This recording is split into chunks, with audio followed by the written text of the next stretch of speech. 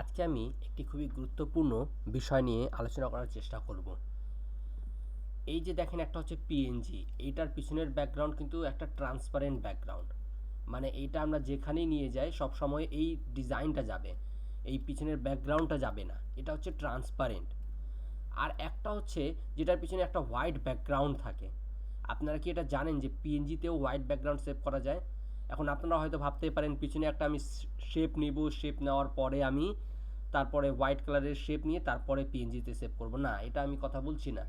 আমি কথা বলছি যে কোনো প্রকার পিছনে হোয়াইট ব্যাকগ্রাউন্ড না দিয়ে কীভাবে পিএনজিতে সেভ করা যায়। আসেন আমরা দেখি। প্রথমে আমি এটা বোঝানোর জন্য আমি জাস্ট পিএনজি টেক্সটটা এদিকে আমি আর্টবোর্ডের মধ্যে নিয়ে নিলাম। নেওয়ার পরে এখন এটা আমাদের একটা মনে করেন একটা ডিজাইন আছে, পিছনে আমি কোনো প্রকার হোয়াইট ব্যাকগ্রাউন্ড দেই নাই। দেখে নেন আপনি, আমি লক সরাই দিলাম কন্ট্রোল অল্ট 2 চাপ দিয়ে, এখানে কোনো প্রকার হোয়াইট ব্যাকগ্রাউন্ড নাই।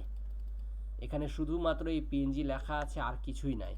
আমরা নর্মালি জানি file export save for web যদি আমরা যাই, এখান থেকে যদি পিএনজি সিলেক্ট করি তাহলে কিন্তু আমাদের এখানে অটোমেটিক্যালি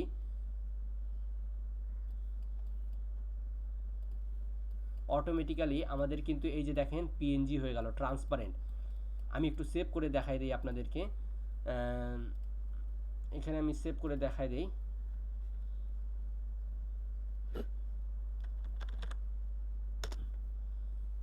আমি জাস্ট আপনাদেরকে বোঝানোর জন্য আমি নিয়ে যাচ্ছি। দেখেন এটা কিন্তু হোয়াইট নাই, এটা নর্মালি স্বাভাবিকভাবে পিএনজি একটা নর্মালি ট্রান্সপারেন্ট ব্যাকগ্রাউন্ডে আছে। এখন আমি সেম কাজটা আমি আবার করব, এটা এখন অন্যভাবে করব। আবার আমি ফাইল এক্সপোর্ট সেভ ফর ওয়েবে গেলাম। এবার দেখেন আমাদের কিন্তু পিছনে কোনো প্রকার হোয়াইট ব্যাকগ্রাউন্ড নাই। জাস্ট এই যে পিএনজির এখানে যে ট্রান্সপারেন্সি লেখাটা থাকে, এই লেখাটা শুধু জাস্ট অফ করে দিবেন। দেখেন হোয়াইট ব্যাকগ্রাউন্ড নিজে হয়ে গেল।